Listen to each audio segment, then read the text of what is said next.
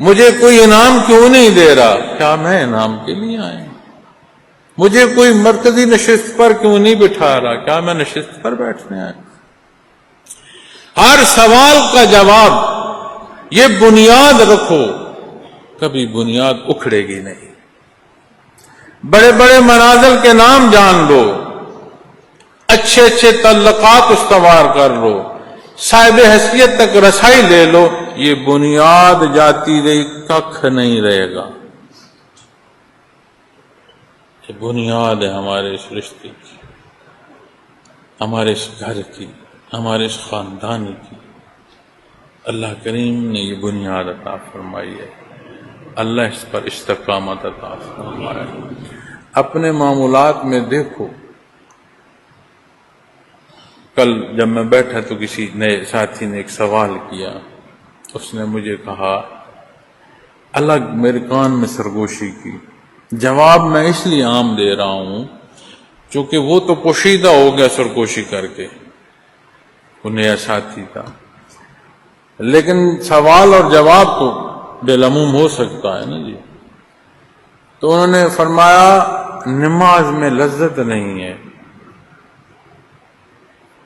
تو کوئی ایسا کرے کہ نماز میں لذت آ جائے۔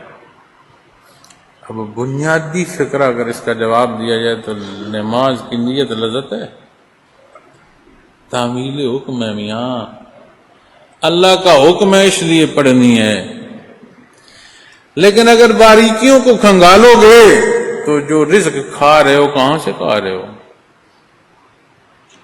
اس کے حلال ہونے میں اور اس کے پاک ہونے میں تحقیق رکھتے ہو؟ جب ان باریکیوں کو سمجھو گے تو پھر اگلی نزاکتیں سمجھ آنا شروع ہو جائیں گی، لیکن جب مقصد کی بات کرو گے تو لذت خالق ہے مخلوق ہے؟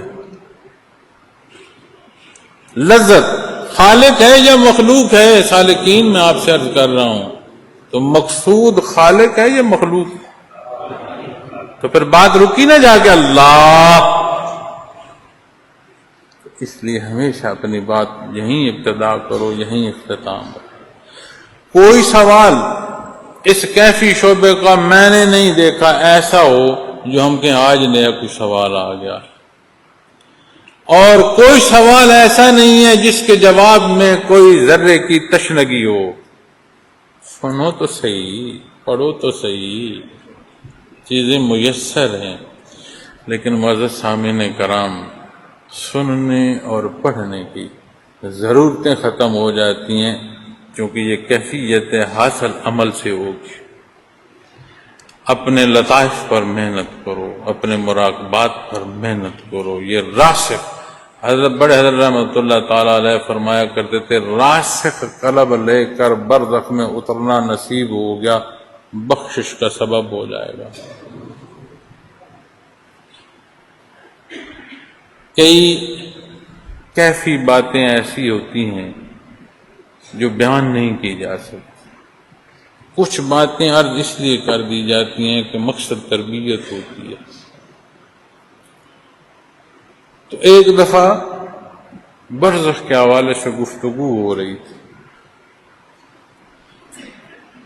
تو اسی موضوع پر بات ہوتے ہوتے حضرت رحمۃ اللہ تعالی علیہ فرما رہے تھے، ایسے مخلوق منتقل ہو رہی ہے، ایسے دنیا سے برزخ۔